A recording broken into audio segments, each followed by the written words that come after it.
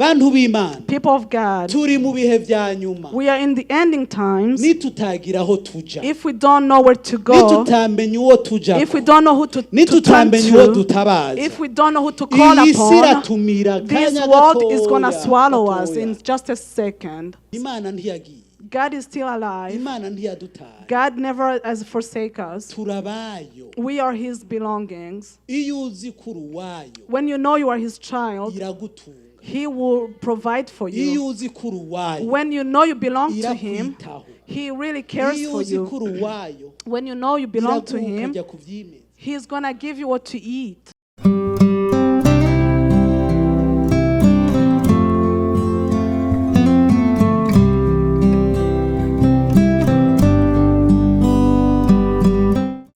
Imana yacu icubahiro. Let us praise our God. Hallelujah. Hallelujah. Hallelujah. Hallelujah. Bande banezere kwa mu Who ngoro are y'Imana happy no to be in the munsi. house of the Lord.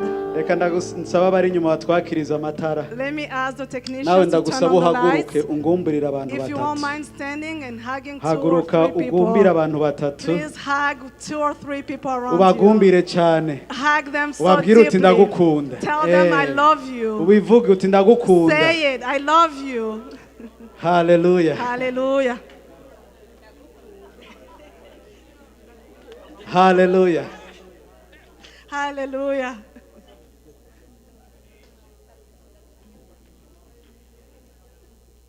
Hallelujah. Hallelujah.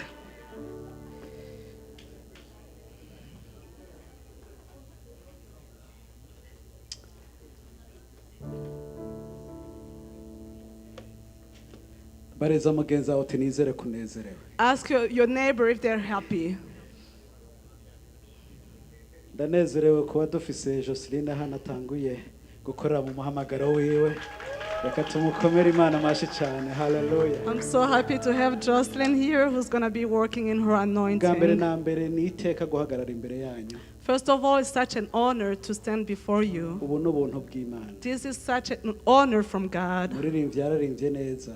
There is a singer who said it so well. Aravuga ngo ndashima Yesu yanyizeye. He said, I thank God who has believed in me Akampa gukora umurimo wanjye, and agize has umurimo we. given me his work. Hallelujah. Amen. Rero niteka guhagarara hano imbere yanyu. It's such a grace and an honor to be here. Uno munsi tugiye kwiga ijambo ry'Imana. Today we are going to read or to learn about the Word of God, Riravuga ngo ibyo watakambiye Imana. saying the things that you have been begging God for, Canke ibyo watakambiye Imana. the things that you have been asking from God, Yavyumvise. He has heard. Hallelujah. Hallelujah. Gira mugenza uti ibyo watakambiye Imana. Tell your neighbor the things that you have been praying for from God, Yavyumvise. He has heard them. Hallelujah. Ngiye kuririmba indirimbo. I'm going to sing this song.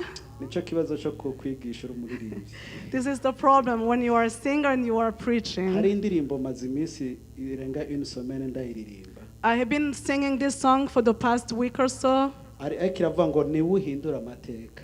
But he says, you're the one who changes the history. Wari umushumba akaba umwami. The one who was a shepherd to be a master. Ngo nta na kimwe kimunanira. There is nothing impossible to him. Ngo agenga ibihe. He put the times. Hallelujah. Hallelujah. Ngo niwe wimura abatware. You're the one who moves like the kings, yes. Akimika abandi mu gihe cye. Oh, and you anoint the other ones in due time. There is nothing impossible to him. Kuko wagenga ibihe. Because he's the one who puts the times on. Rofre niyo haragera igihe nkanavyuka na saa 8 nkayiririmba. Sometimes I'll wake up at 2 a.m. and sing this Iravuga ngo song. ni ureba mu nda y'ingurube akabona ishanga rikomeye nta na rimwe kimunanira arashoboye. Hallelujah. Ni ureba mu nda y'ingurube akabona ishanga rikomeye nta na rimwe kimunanira arashoboye. Ni ureba mu nda y'ingurube akabona rikomeye nta na kimwe kimunanira arashoboye niwureba mu nda y'ingunga akabona ishyanga rikomeye nta na kimwe kimunanira arashoboye niwureba mu nda y'ingunga akabona ishyanga rikomeye nta na kimwe kimunanira arashoboye niwureba mu nda akabona ishyanga rikomeye akabona ishyanga rikomeye nta na kimwe kimunanira niwureba mu nda y'ingunga akabona ishyanga rikomeye nta na kimwe kimunanira arashoboye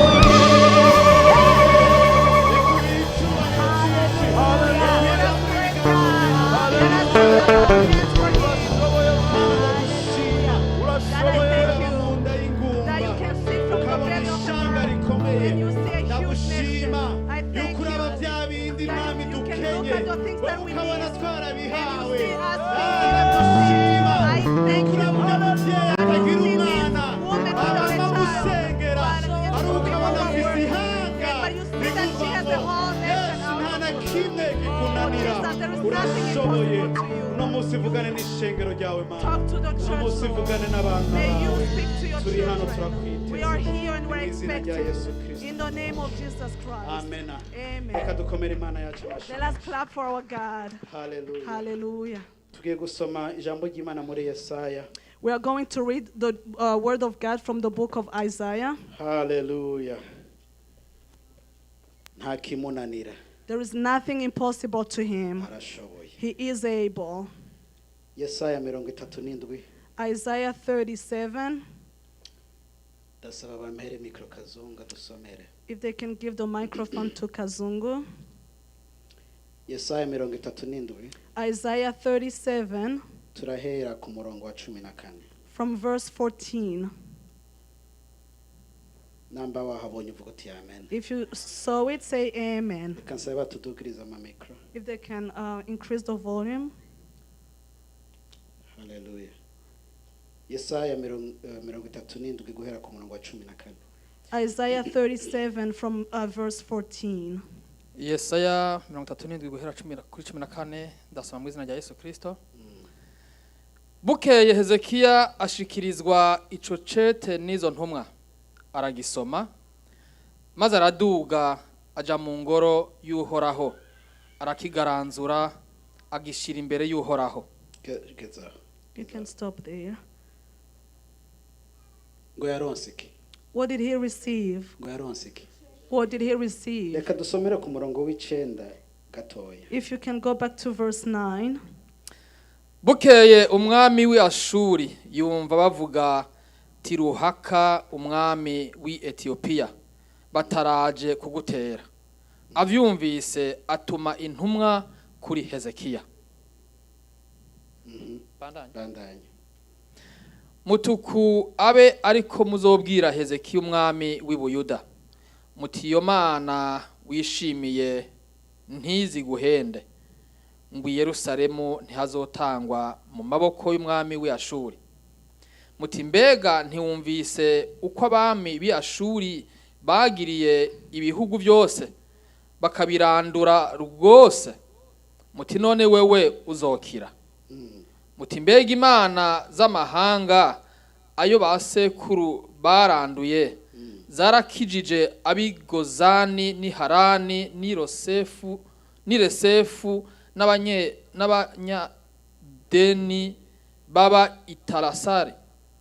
Muti umwami w'i Hamati ari hehe canke umwami w'i Arupadi n'umwami w'umurwa w'i Sefaravayimu n'uw'i Hena n'uw'i Iva. Bukeye Hezekiya ashikirizwa ico cete n'izo ntumwa aragisoma maze araduga aja mu ngoro y'Uhoraho arakigaranzura agishira imbere y'Uhoraho. bandanya. Nuko Hezekiya asenga Uhoraho ati Uhoraho nyene ingabo mana y'Abisirayeli uvyagiye ku bakerubi ni wewe mana wenyene y'ibihugu by'abami bose bo mu isi ni wewe waremye ijuru n'isi. Tega ugutwi Uhoraho wumve, tereza inyonga zawe Uhoraho witegereze, wumve amagambo yose ya Senakeribu yatumye ino kugutuka wewe mana nzima. Uhoraho n'ivy'ukuri abami bi Ashuri barahoneje ayo mahanga yose n'ibihugu byayo, batereye imana zabo mu muriro ariko ntizari imana nyamana, zari zakozwe n'intoke z'abantu mu biti no mu mabuye, nico catumye bazihonya. Nuko none Uhoraho mana yacu udukize, udukure mu maboko yiwe, kugira ngo ibihugu by'abami bose bo mu isi bamenye ko ari wewe Uhoraho wenyene. Imana ishimwe cyane. Yeah, you can go on. Maze Yesaya mwene Amosi atuma kuri Hezekiya utuku ni kuhoraho Imana y'Abisirayeli agize ngwivyo wamutakambiye kuvya Senakeribu umwami we Ashuri yavyumvise. What did he do? He heard it. Hallelujah. Hallelujah. Iyi ni inkuru ya Hezekiya. This is the story about Hezekiah. Bibiliya itubwira yuko Hezekiya yari umwami w'Abayuda. The Bible tells us that Hezekiah was the king of Judah.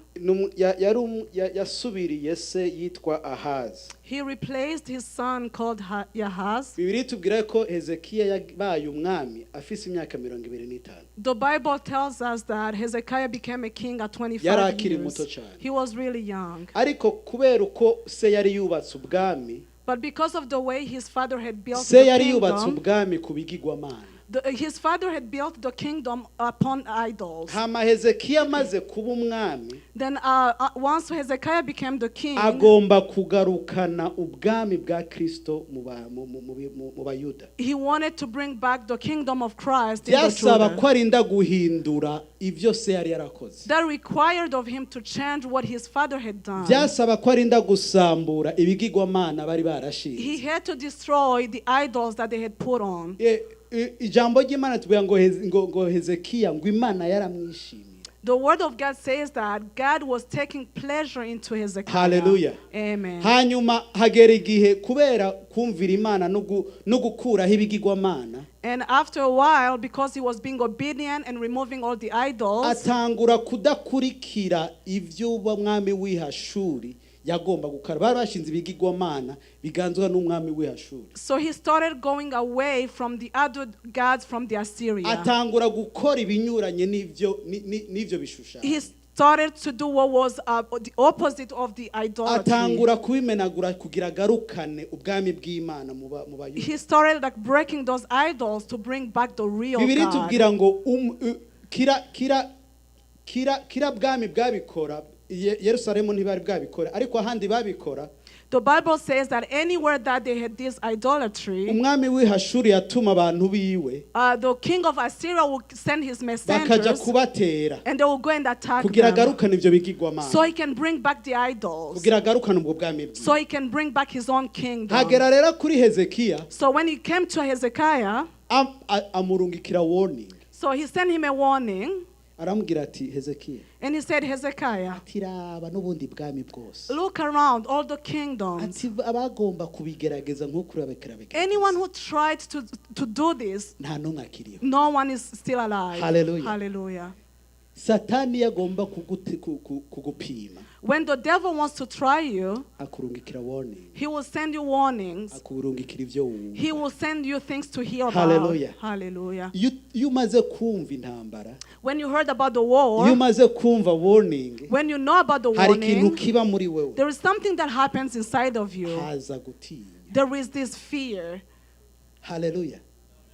uwo mwami yarungitse warning So this king who sent the warning, kugira mutegure ati basi ku neza yawe it was to prep him and say, bisubizeho ntaraza for your own sake, you better put back the idols before I kuko come. ninaza Because once I get there, nta capacity ufise you won't have any capacity of doing nta anything. giso dufise You don't gikwiye have any army nta bantu ufise You don't have any man bashobora kunzibira who can jewe stop me.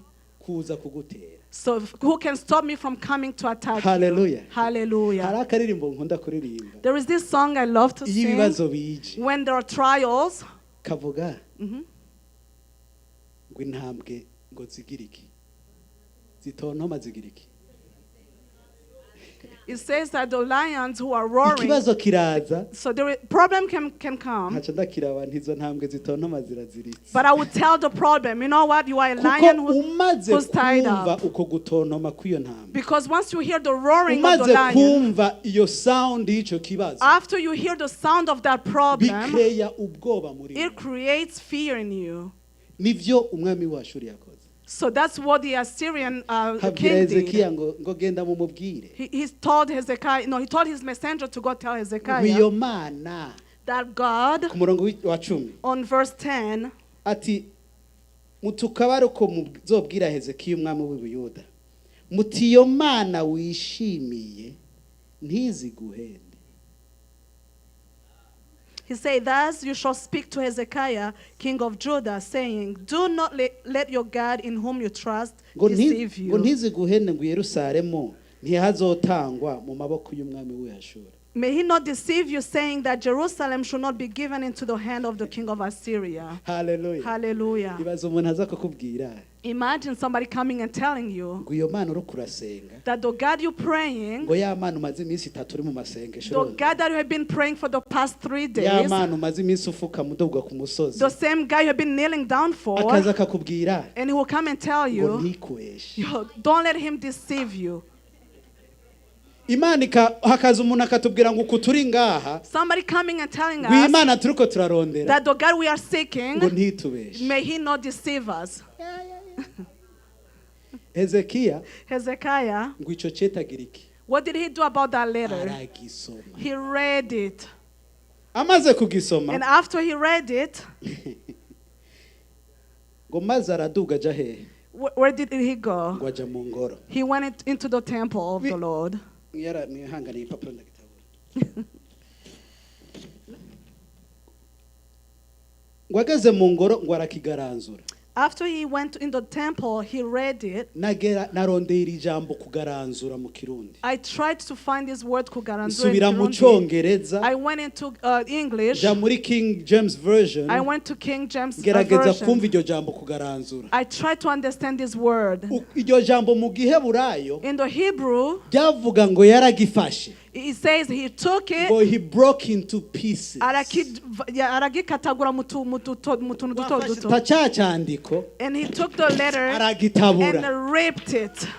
aragishyira mu ma pieces And he put it into pieces. amaze kugishyira mu pieces After he put it into pieces, bacagenda agishyira imbere y'Uhoraho. then he put it in front of the Lord.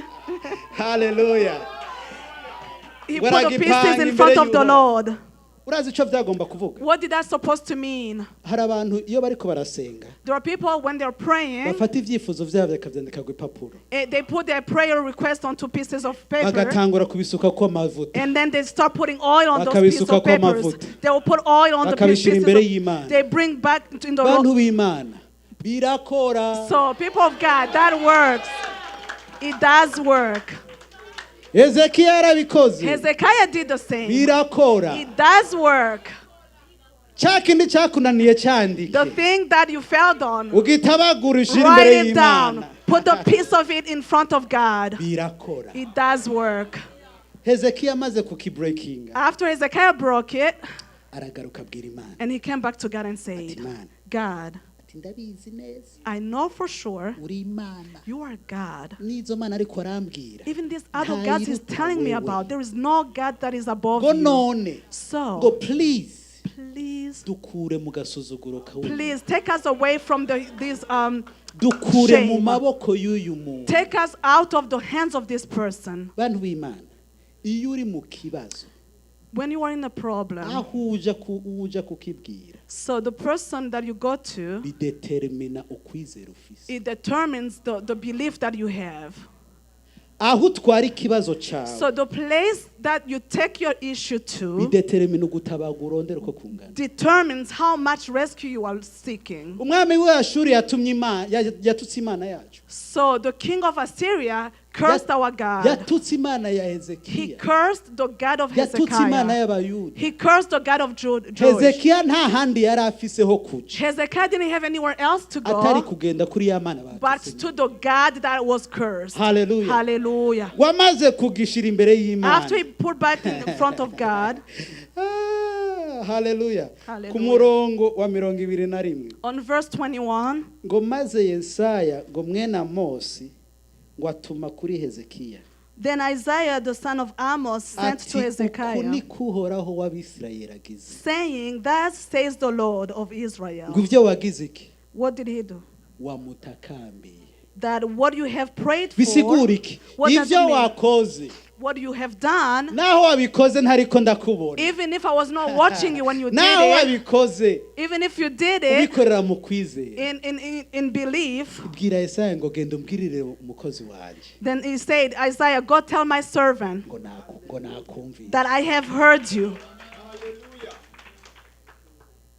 Nta rindi jambo yavuze. He didn't say anything else. Ngo genda umubwire He said, go back and tell him, nakumvire. I have heard you. Hallelujah. Hallelujah. Hallelujah. Inkuru mbi The bad news ikugwaho n'iyindi nkuru. gets removed by another news. Umwami w'Ashuri yarungitse inkuru mbi ati ndaje. So the king of Assyria sent a bad news saying, I'm coming. Imana iringa ikindi nkuru ati nakumvire. But God sent another news saying, I have heard you. Sinzi ico wumvise. I don't know what you have heard about. Gitware hahandi Take it to that place usubire wumve. and hear again. Turi mu gihe We are in these times dusigaye twizera ivyo dufise. that we have to believe what we have. Turi mu gihe We're in this season intambara iyo zije when battles come, twumva ibihuha we vy'intambara only hear the rumors about battles, ariko ntiturondera kumva but we don't seek to hear yuko Imana yatwumvise. that God has heard us. Bwira mugenzi wawe Tell your neighbor, ati yakumvise. he has heard you. Hallelujah. Hallelujah. Hallelujah.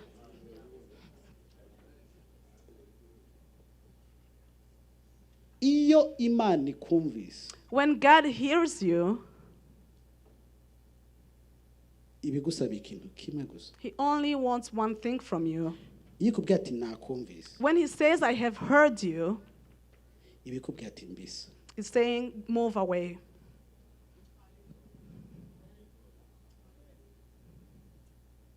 Iyo ikubwiye ati nakumvise mwana wanje When he says, I have heard you, my son or my ijambo rimwe daughter, ibikubwiye in other words, give me space. kugira ngo mbisa nikorere. Ibivuze ngo mbisa.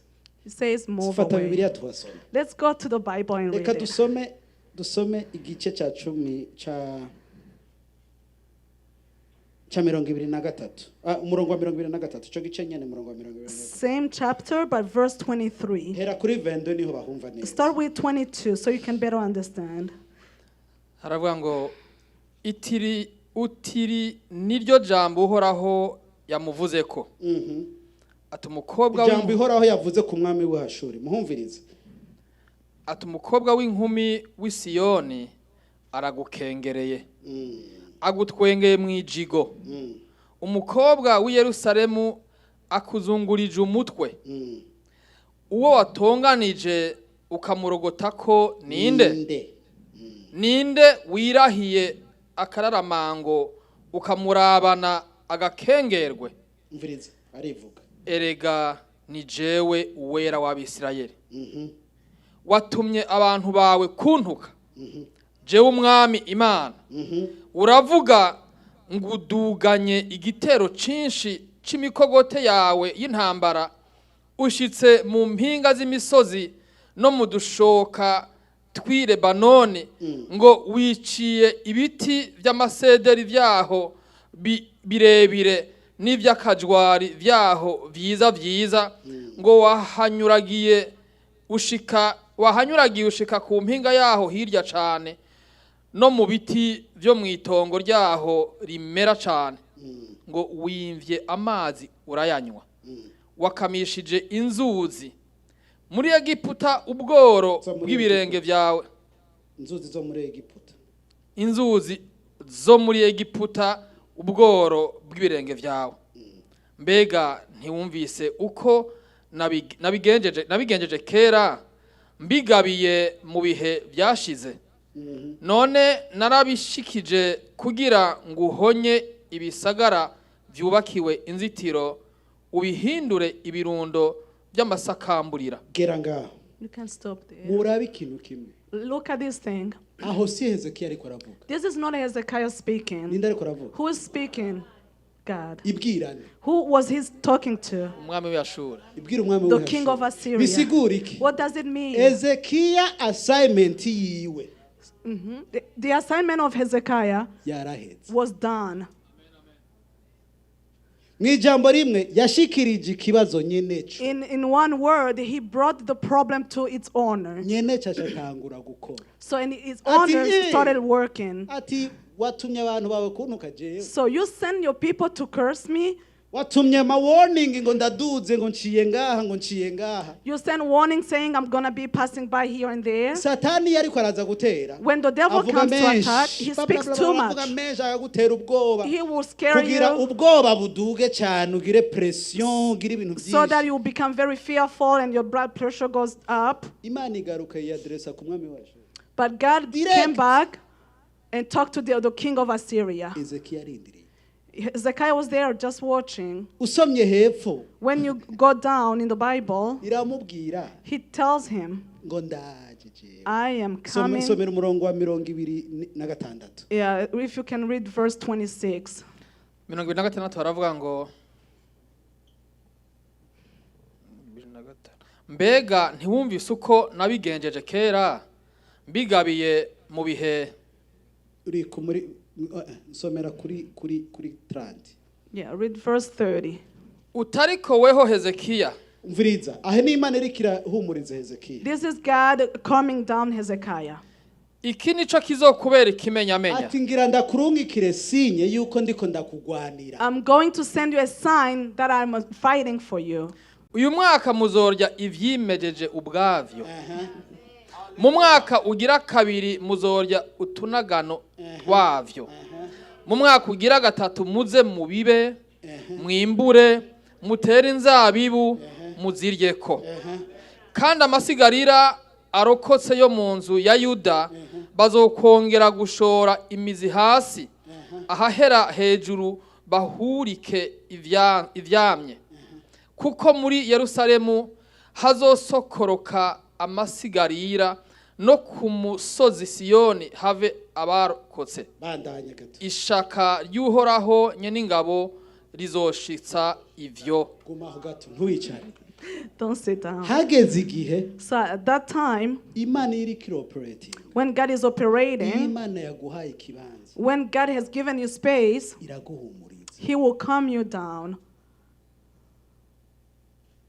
mw'ijambo rimwe ikubwira ati mbisa ndiringe n'ikibazo In one word, He tells you to let Him deal with the problem. ariko ngaya amasezerano ndaguha But these are my promises to mu you. kurindira ko nikorera While waiting for me to operate, ngo muzojya you will be eating. mwaka wa mbere ngo muzojya ibyiza First year, you will just eat things that you didn't even have verse 4. bisigura iki What does it mean? bantu b'imana imana yacu ni imana providing Our God is a God that provides. aho ubona atanzira When you don't see any ikubwira ngo ways, ndindira He will say, just wait. hanyuma ikakikubwira ati ati mwanya ukirindiriye mbaye ndaguhaka And He will say, while Umwaka wa waiting, mbere this uzojya is what I'm going to be ibyimeza giving kwanza, you. First of mbanza all, undindire. you're going to be eating without umwaka wa firm. kabiri ati byasigaye muzosubira Second year is going to give you the Umwami iki gihe- leftover. imana iracyadiringa n'umwami w'Ashuri So God Ntiraheza was still ikibazo. dealing with the king of Assyria. uracyari mu kibazo You are still in the issue, ariko uri mu kibazo ubayeho but you are in the issue while you're living. Amen. uracyari mu You kibazo are still in the issue, ariko uri mu kibazo ugifungura but you are still Amen, amen. eating while being in the uracyari mu issue. kibazo You are still in the ariko uri mu problem, kibazo ibintu bigenda but things neza are still Hallelujah. going well. Hallelujah. Hallelujah. ibihuha byashize Rumors are gone.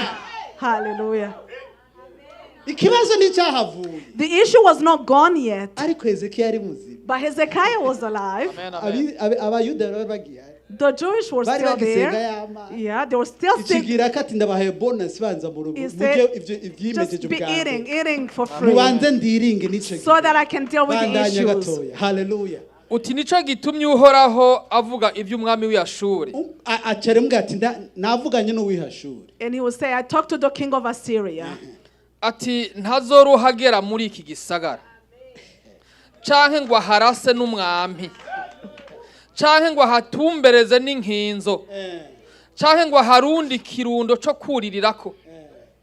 Uti inzira yazananye niyo nyene izomusubizayo. Ntazoruhagera muri iki gisagara ni kuhoraho agize. keza Yeah. Just wait. aho hantu mwahumvise Did you hear this?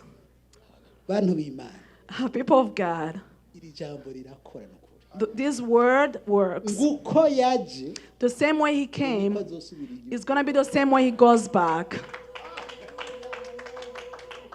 Hezekiya nta ngwano yagwanye Hezekiah didn't fight any fights. yashikirije ikibazo nyeneco He only handed the issue to his master. bandanye Utari kuhoraho ngo azozigama uyu murwa kugira ngo awukize.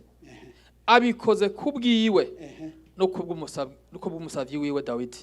Imana ishimwe cyane. bandanye Maze umumarayika w'Uhoraho arasohoka. ubu rero Imana itanguye cooperating mwumvirize ibyashikiye umwami w'Ashuri So now God is starting to operate. mwumvirize Atera mu nsago z'Abashuri. inde Umumarayika w'Uhoraho. umumarayika wande The angel of God.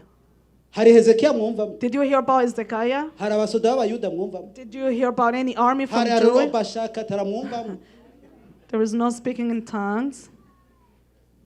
yamuhaye ikibanza yamuhaye espace He gave him space. yaramuretse arakora He let him operate. utararekura Until you give ngo up, n'ikibazo agifate so that the master of the issues can nta deal with gishobora it, gukoreka there is nothing you can do. utararekura Until you let it go, ngo nyene ikibazo agifate so that the master of the issue deals with it. uba ugifise kontrole yacu If you still have the control over it, ngo Imana irungika umumarayika so God sent his angel. Nuko Senakeribu umwami w'Ashuri acarataha. Asubira inyuma aja kuba Ininewe.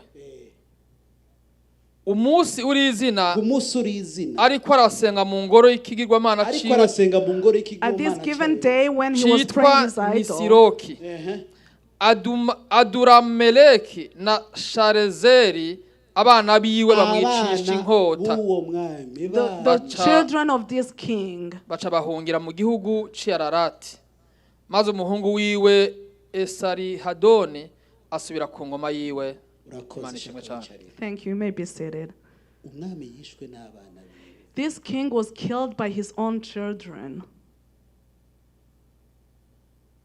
ngo bamusanze hariko arasenga bya bigirwamana bye They found him in this place where he was praying his idols. bonyene baramwica They killed him themselves. kubera iki Why? yakoze ahadakorwa Because he touched somewhere he was not supposed to touch. buri yaranditse indirimbo iravuga ngo turi ubwoko butavumika Willie sang this song saying that we are a nation that cannot be cursed. hari aho adakora satani There is this space that Satan cannot reach. hari igihe mpora nsenga je madamu arabizi My wife knows this so well. iyo satani agomba kunyataka ku bana When the devil wants to attack me upon my children, nca ngenda nkamubwira satani I go and tell the devil, ni usipima don't even try. hari aho udakora There is somewhere you cannot reach. ni hari icyo udakora There is somewhere you cannot aho touch. ntukorako. Don't even try. Bantu b'Imana, People of God, hariho ubwoko satani adakora. there is this nation that the devil cannot have control over. Hezekiya yagize ibanga rimwe, Hezekiah only had one secret. yamenya aho atwara He ikibazo. knew where to take his issues to. Ufise ikihe kibazo? What issue do you have? Ugitwara. Where do you take it to? Kuko aho ugitwara Because that where you take it to, niho gutabagwa kwako. that's where your rescue is going to come from. Hagarika kubwira abantu ibibazo byawe. Stop telling people about your issues. Hagarika gutura imitwaro abantu. Stop giving your burdens to human beings. Nabo nyene bafise ibyabo. They have their own stuff going on. Kumubwira ngo ibi yifitiye ibyiwe. Niyabikubaza bimubwira, atabikubajije ntubimubwira. If they ask you about your issues, of course you can share, but don't make them your priority. Bidugane ku musozi. Bring them to the mountain of the Bigenda Lord. ubitabagurira imbere yiwe. Bring them into pieces. Byandika ku gipapuro bisuke kwa mavuta. Write them down on pieces of paper and Birakora. anoint them. It works. Hezekiya yarabikoresheje birakora. Hezekiah did this and it worked. Hama ureke Imana yikore. And let God work. Hallelujah. Hallelujah. Hallelujah. Hallelujah. Ikibazo mfise uno munsi. So the question I have today, Kugira ushobore kubona ugutabagwa kw'Imana. for you to have the salvation of God, Nuko ugomba kuyizera. you have to believe in Him.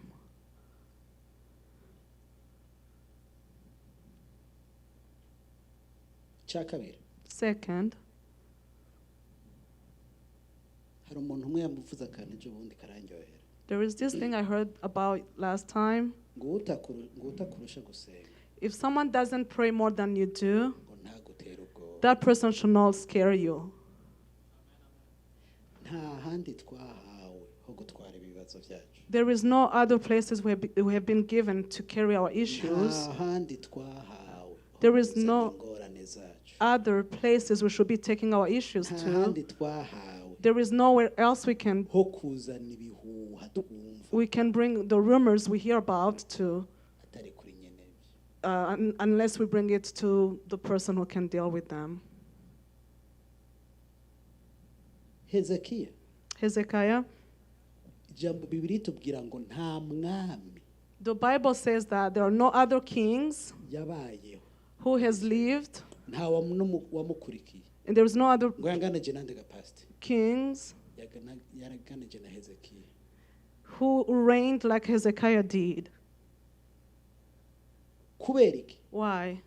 Kubera ukungene yari yizeye Imana. Because of the way he had trusted in the Lord. Ukungene yagarukanye ubwami bw'Imana mu Bisirayeli. Because of the way he had brought the kingdom of God into Israel. Nico cyamugize icyarico. That's what made him become who he Nta was. bitangaza yarazi gukora. He was not able to do any Nta bintu miracles. bikomeye yarazi. He didn't do any greater works. Ariko icyo yakoze ni kimwe. But what he has done was just one. Yamenya haja. He knew where to go. Yamenye uwajako. He knew who to turn to. Bantu b'Imana. People of God, Turi mu bihe vya nyuma. we are in the ending times. Nitutagira aho tuja. If we don't know where to go, Nitutamenya uwo tujako. if we don't know who to turn Nitutamenya uwo to, dutabaza. if we don't know who to call Iyi si upon, iratumira this kanya world is going to gatoya, swallow us gatoya. in just a second. Aha twese twarahungabanye ndabesha. So we all Twarahungabanye kubera situation turimo muri Phoenix. have been shaken here. Ariko no muzi But today, numvise Imana imbwira. I heard God telling me, Ngo ivyimeze. you're going to be eating without harvesting. Uracafise backup nta kibazo. You still have a backup. Ariko wowe udafise backup. But for those who don't have any backup, Banza ujye kuvyimeza. eat from what you didn't even plant. Birahari. There is so enough supplies. Imana ntiyagiye. God is still alive. Imana ntiyadutaye. God never has forsaken us. Turabayo. We are His belongings. Iyo uzi kuri uwayo When you know you are His child, iragutunga. He will provide for Iyo you. uzi kuri uwayo When you know you belong to Him, irakwitaho. He really cares Iyo for uzi you. kuri uwayo When you know you belong to iraguha Him, ukajya kuvyimeza. He's going to give you what to eat. Nico ngomba yuko tugiramo dutangura kubamo So that's what I want us to walk through. tube mu busabane n'Imana Let be in the fellowship with God. tureke Imana yigwara Let us God fight for yihe us. espace Give him the space he needs. yibise Move. ikibazo ndagufitiye uno munsi So the question I have for you, ninde wishimikije who do you trust in? okay ya muntu tumureke nigiki wishimikije So what is this situation that you believe in? nigiki wishimikije What do you build your trust on?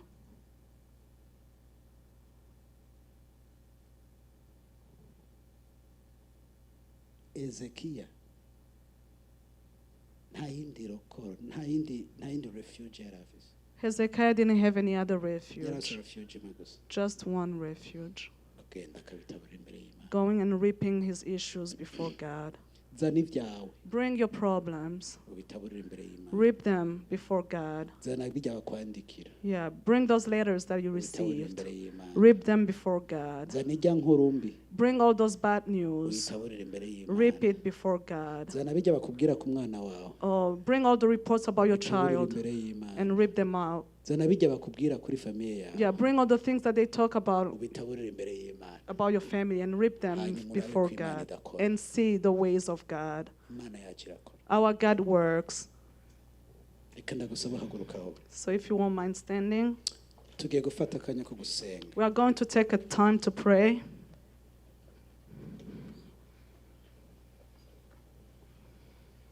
haleluya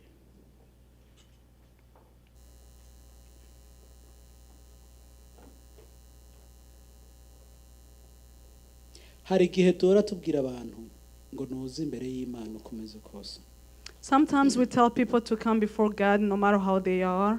cyangwa twavuga ngo utarihanaze Or sometimes we say that whoever hasn't repented themselves to come. nibyo turahamagara utarakira umwami Yesu n'umukiza wiwe That's true. We call upon the people who haven't received Jesus as their Savior.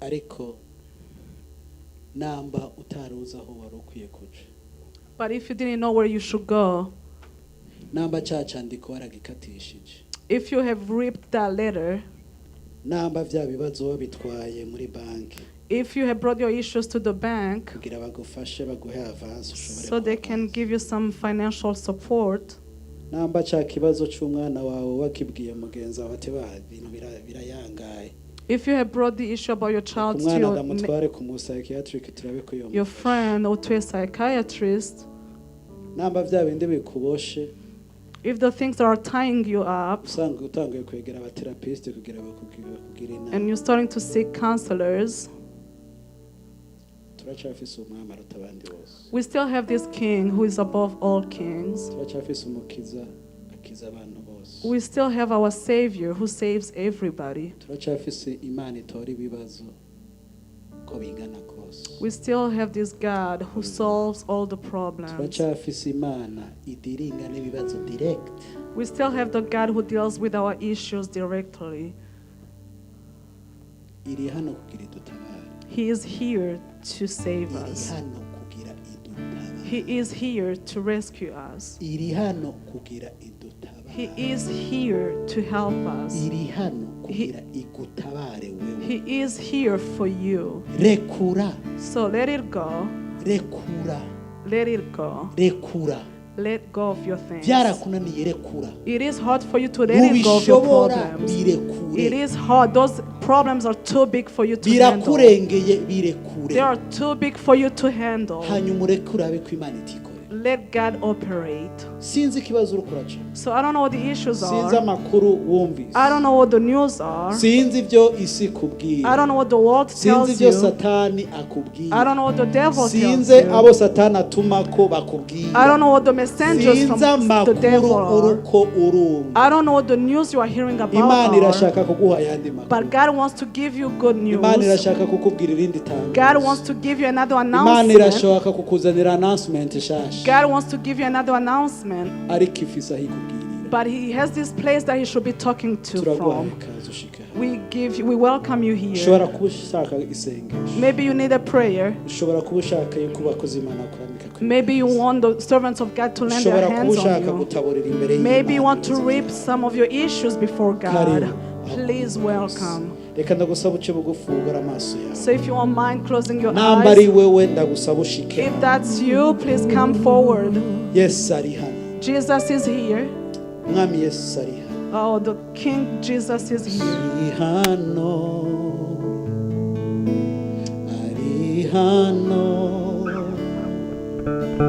Ari hano ngo tuhezagire. Aturemesha dukize. Nitwizere jambo ryiwe. Ari hano. Ari hano. Ari hano. Let me ask you to come forward. Ari hano ngo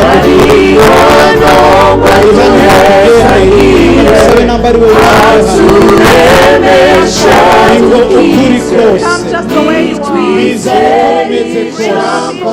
bizana uko bisa Bring kose them no matter what they look bizana like. isura byose Oh, bifise bring them all.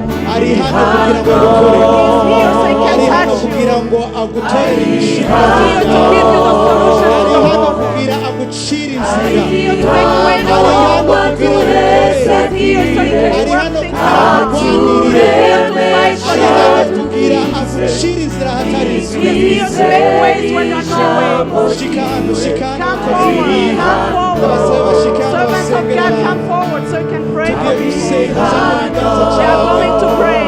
aho uri zamura ibiganza Lift up your hands where you tugiye are. gusenga We are going to tugiye pray. gusenga We are going to pray.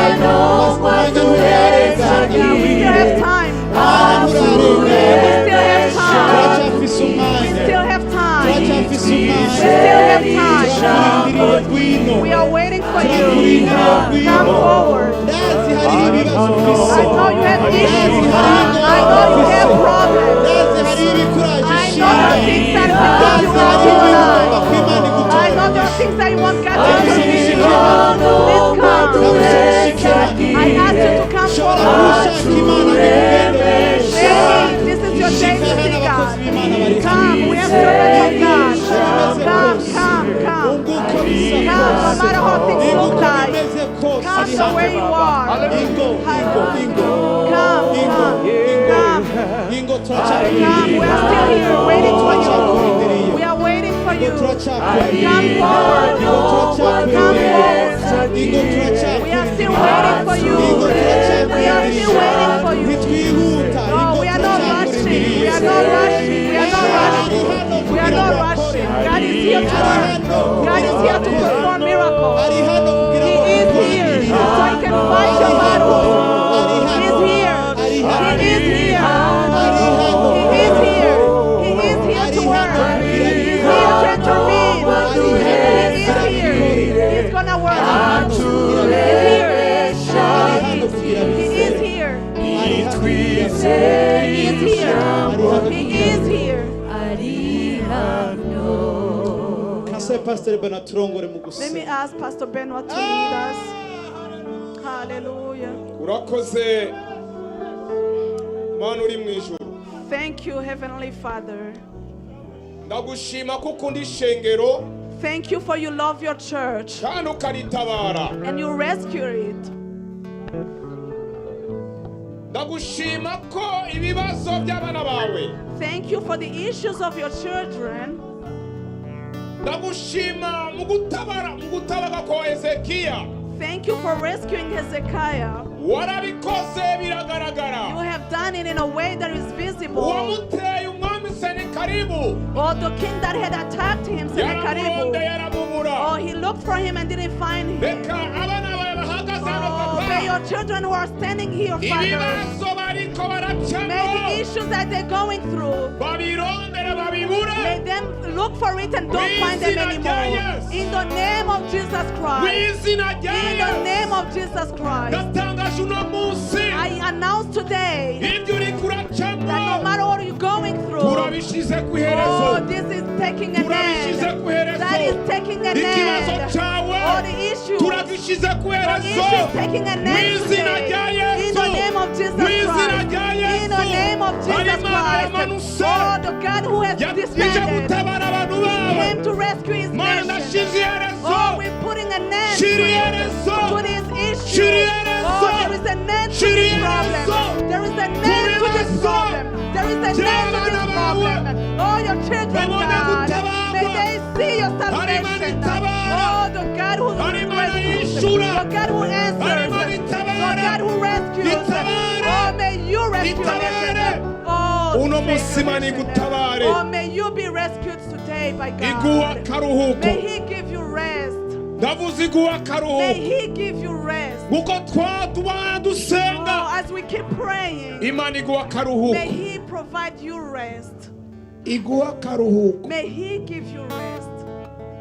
iguha akaruhuko May He give you rest.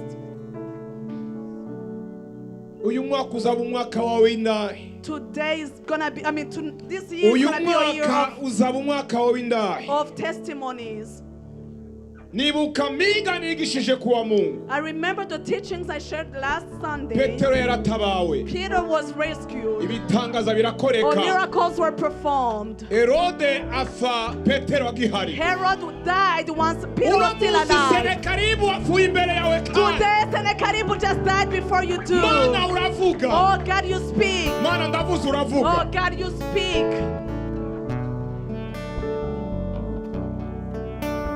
amarira warize igihe kirekire Or the tears that you have been shedding. Imana yashira iherezo abantu badashira iherezo God is putting an end to it. amarira yawe Imana ishira ku iherezo God is putting an end na to your mukozi tears. w'Imana yashira ku Oh, iherezo there is no servant of God who Ariko can put an turi end mu to it. ijuru. But our heavenly Ushira Father, amarira oh, you know iherezo. how to remove all these ndavuze uno tears. munsi You papa know. amarira y'abana Oh, bawe you have seen the tears of your Agire children. iherezo. May those tears have an Abana end. baruhuke. May your children find Bagire rest. umunezero. May they find bagere joy. mu nyishu May they zabo walk into the Bagere answers. mu gutabarwa May they get kwabo. the salvation from Urakoze, you. Mwami Thank Yesu. you, Lord Jesus. uruhuye imitima Thank you for rescuing kubw'ijambo us, Lord. ryawe Thank you for your icyubahiro word. n'ikiwawe Oh, the glory and ibihe honor is bitazoshira for you. Today and turagukomeye forever. amashyi Oh, we clapping for tuvuga you. urakoze Saying thank kubera you. udutabaye Because we have rescued kubera uruhuye us. imitima yacu Because we papa have given rest to this urakoze ko heart. turuhuye Thank you for giving us the tubisenze mu rest. izina We rya pray Yesu in the name Kristo of Jesus umwami Christ. n'umukiza Oh, wacu our Lord and our shengero Savior. tuvuge amina Church, let's say amen. Amen. tugihagaze As we are tugihagaze still standing, ushobora kuba uri hano utarakira umwami Yesu you may be here and you haven't received Jesus as your Lord and your Savior. Yesu yaravuze ngo nimuze mwese Jesus said, come all of you abarushe n'abaremere who are weary and tired, ndabaruhura I will give you rest. ntabwo uri hano utarakira umwami Yesu n'umukiza wawe If you are here and you haven't received Jesus as your reka Savior, ndagusoza muri ikiganza cyawe please lift up your hand dusenge Imana so we can pray to God. ntibiteye isoni It's not as shameful. twese hariho umunsi twakiriye umwami Yesu We all have this day where we have come to Jesus. hari umunsi twamekinze iyo decision There is a day where we made this decision. uko twari dusa The way we're looking like, uko twari tumeze the way we're like, byasa nk'uko biteye isoni oh, it was a shameful. ariko twagizwe bazima muri Kristo But we have made full and holy by nicyo gituma Jesus. ubu tubimushima This is why today we are nicyo thanking gituma Him. ubu twahindutse This is why we have been nicyo changed. gituma ubu tuhagaze Today, this is the reason why we are kubera hariho standing umunsi today. twadesize guhinduka Because there is a day when we decided to be ntabwo uri changed. hano ari wewe If you are here and that is you, reka ndagusabuza muri ikiganza please lift up your hand. atawe uhari If there is no one, tugiye gusenga we are going to pray. numva mwema ariko arandongora gusengera abantu baremerewe mu mitima Yeah, the Holy Spirit is leading me into praying for those who have heavy burden. bariza mugenzi wawe turaremerewe Ask your neighbor if they are burdened. ntakwishure mumbarize gusa Just turumva ask. uremerewe Just ask. They don't have to answer. namba uremerewe nkanje, if you are heavy burdened like I am, namba uremerewe nk'ibihe nkanje, if you are burdened by the times like I namba am, uremerewe n'iyi si nk'uko if the ndemerewe. world is giving you hard time like it is, Turaremerwa, turabana bawe, we are human beings. We can get tired and weary. ariko tubisuka kuri Kristo, But we have to bring those issues to Jesus. tubishikiriza Kristo. We have to bring them to Yaravuze Jesus. ngo nimwikoreze ingata He yawe, said to use his yoke ngo kuko umutwaro wanje uraremurutse, because his yoke is ngo light kandi ingata yanje ntibabaza. and he doesn't make us burdened. Ibituremereye tubikoreze Kristo. We have to bring all these heavy Tugiye burdens kumukoreza to imitwaro Jesus. yacu We need to ituremereye. bring him our prayers. Tugiye kumukoreza ibibazo byacu We need to bituremereye. bring him our problems. Reka ndagusaba uhaguruke ufate ukuboko kwa mugenzi, So stand up and hold the hand of your neighbor. usengere mugenzi wawe ufashe Yeah, ukuboko, pray for the neighbor. that usengere hold uti him. Imana ndashaka ukore, Yeah, say, God, I need you to work. uti Imana ndashaka wiyerekane mu I buzima need bwiwe, you to reveal yourself to my ndashaka neighbor. umutura umutwaro, Oh, I want you to take away his ndashaka Mana burdens. kugira umucira inzira ahatari inzira. God, make ways for this Ngiye neighbor when there gusaba are no Pastor George ways. ashike hano asenga I'm going to Imana, ask Pastor George to come ariko sengera forward. mugenzi wawe muri kumwe ku But ruhande, please pray for your uwo neighbor. mutwaro umuremereye, Yeah, these heavy burdens that they umushyirire have. kuri Kristo, Oh, bring it to hama Jesus. cyizira Oh, ahatari so that God Hallelujah. can create Tuve ways for the ngaha no twese ways. turemurutse So mu that we izina can rya live Yesu. here light. Tuve ngaha dusubiye kongerwamo So we inkomezi can mu leave izina this rya place Yesu. anointed Tuve ngaha again. dusubiye kumva yuko Kristo ari kumwe So we nawe. can leave this place Uve feeling ngaho like Jesus usubiye is with us kuremeshwa muri we. again. So you live Uve here ngaho usubiye kongerwamo ibyizigiro comforted bishasha. again. May you have more Uve ngaho joy. uremurwa May you have more mu izina belief. rya Yesu In the Kristo. name of Jesus Zamura ijwi Christ. ryawe Lift dusenge. up your voice so Zamura we ijwi can pray ryawe together. dusenge. Rabashataria bababa sendelebos. Lift your hand. We are going to pray right now. Tuza amaboko yanyu tugiye Just open gusenga. your heart. Mwugurure imitima Forget every yanyu. trouble. Ibagire ibindi We are bibazo going to byose. pray. Tugiye gusenga. God needs somebody to touch his heart right Ndashaka umuntu now. wese afata The umuntu Bible says umutima when there's a wiwe. woman and man to pray, Musenge. there is a heaven God to answer the Imana yo mu prayer. ijuru ije He's here kuzana to answer your prayer right kuzana now. inyishu z'ibibazo Just byanyu. open your heart right mwugurure now. imitima yanyu. Forget your trouble. Ibagire ibindi We are going to byose touch the bibazo. heaven. Umunsi I turakora want ku to see ijuru. somebody Uyu touching munsi the turashaka heaven. kubona I want to ukoze see ku somebody ijuru. change his Uyu life munsi now. turakora I ijuru. want to see Uyu munsi somebody turakora bring ku the kingdom ijuru. of God Uyu in munsi this earth. turafasha Heavenly kuzana ubwami Father, Lord, we bw'ijuru are bwa ku heaven. isi. We are Data wo mu here, ijuru. Lord. We Turahari. surrender. Turahari. We want your Turahari, glory. Mwami. We Turashaka want your ubwiza glory. bwawe. We want your Turashaka glory. We turashaka want ubwiza your bwawe. glory. We want Turashaka your glory. ubwiza Hold your bwawe, hand Mwami. each other. Oh, Hold your hand Data. each other. We are Ego, going to Mwami. pray. Fatanya Yes, amaboko. pray for Dusenge. somebody who's in there. Sengera mugenzi Yes, wawe. pray Sengera somebody. mugenzi There's wawe. a chain must be Ego. broken Oh, today. reka imigozi There's a chain icika must be uyu munsi. broken. Hari There's a imigozi God icika who uyu wants to munsi. answer Hari your imigozi prayer. icika uyu munsi. God is here to Imana answer iri your ngaha prayer. kugira ngo Just yishyure open your ibibazo. heart. Kugira ngo Just open your heart. ugurure I'm umutima helping wawe. you to open Ugurure the umutima heaven. wawe gusa. Ugurure umutima wawe gusa. If you can pray in tongues, Oh, pray in tongues. turakora If you ku can ijuru. pray in tongues, Yo, pray in nta tongues. kidashobokera Open your Imana. heart, say God. Ugurure I imitima don't wawe. want to go back the Imana, same way. ngwino. I don't want Turazi to uko go back the wabikoze. same way. Uyu munsi I want to urakora. touch your heaven, Oh, Lord. ngwino umunsi Whoever is natudukoreko. touched, Lord, Uno munsi touch dukoreko, me Mwami. also. Oh, Data wera. Uhoraho, Mwami. Oh, dukore, Nanje Mwami. nkoraho. Oh, koraho. Gira Imana ngo Touch me, nkoraho. Lord. Gira Touch Imana me, ngo Lord. nkoraho. I Gira Imana depend on nkoraho. God. Ask Ari God to hano uyu touch you. munsi. Oh, Ari ask hano God uyu to touch munsi. you. Oh, Gira ngo he's here Mana ndi today. hano. He's here Sinsubira today. inyuma uko Tell him naje. I'm here. I'm Sinsubira not inyuma gonna uko live the naje. same way I came. Sinsubira inyuma I'm uko not gonna naje. go home the same way I Sinsubira inyuma uko came. naje. I'm not gonna Mana go home the same turagushima. way I came. Mana God, we twumvise thank you. ijambo. Oh, God, Ijambo thank ryo you for your word. gutabarwa. Your word of Tabara ubwoko salvation. bwawe. Oh, save your Dutabare nation. tutarwanye. Save your nation. Dutabare Without tudatoza us urugamba. fighting. Without us Dutabare having to Yesu. fight. Oh, Tuyishure remove our mwami enemies. wacu. Put them Duhe away tujya from me. kubyimeza Oh, mwami. twebwe kujya Uyu ni kubyimeza. umwaka wo kujya Give us your kubyimeza. people. Turinjira Your Lord, amasezerano. provide for us. Without Yes, us Lord. striving. Abandi Without us binanira fighting. batutugirira. Without us fighting. Abandi Without us binanira fighting. batutugirira. Oh, yes. Nami turamagana Oh, umwuka Lord. wawe.